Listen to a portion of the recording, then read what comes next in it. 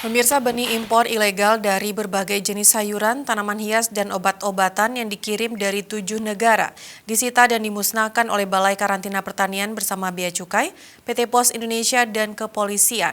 Benih ilegal tersebut tidak memenuhi persyaratan kekarantinaan dan diduga membawa organisme pengganggu tumbuhan karantina atau OPTK yang dapat menyebabkan kerusakan dan kerugian bagi sektor pertanian.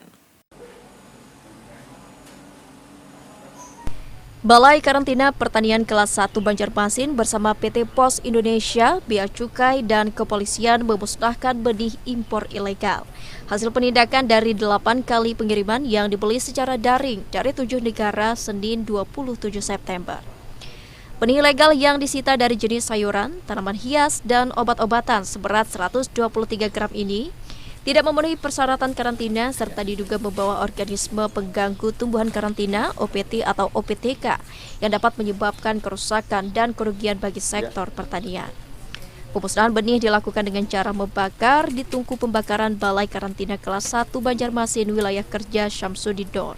Karena ini tidak memenuhi persyaratan sesuai dengan pasal 33, kita ambil tindakan pemusnahan terhadap media pembawa. Media pembawa ini sebanyak 8 kali shipment berasal dari 7 negara. Jumlah media pembawanya sejumlah 123 gram. Sementara itu, mengantisipasi masuknya produk ilegal tersebut, petugas dari Balai Karantina dan Bea Cukai beserta instansi terkait lainnya terus berkoordinasi untuk melakukan pengawasan di lapangan terkait perizinan, pelarangan, dan pembatasan. Ini memang modusnya itu beraneka ragam. Jadi kadang ada yang pembelian barang online itu bisa melalui pembeliannya baju gitu ya, tapi diselipkan bibit gitu.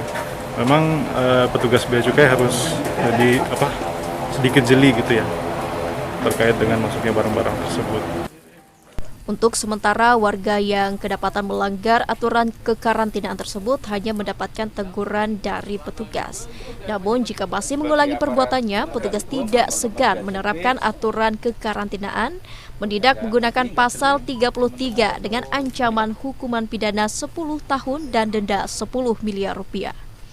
Dari Banjarmasin, Latif Thohir, Kantor Berita Antara, mewartakan.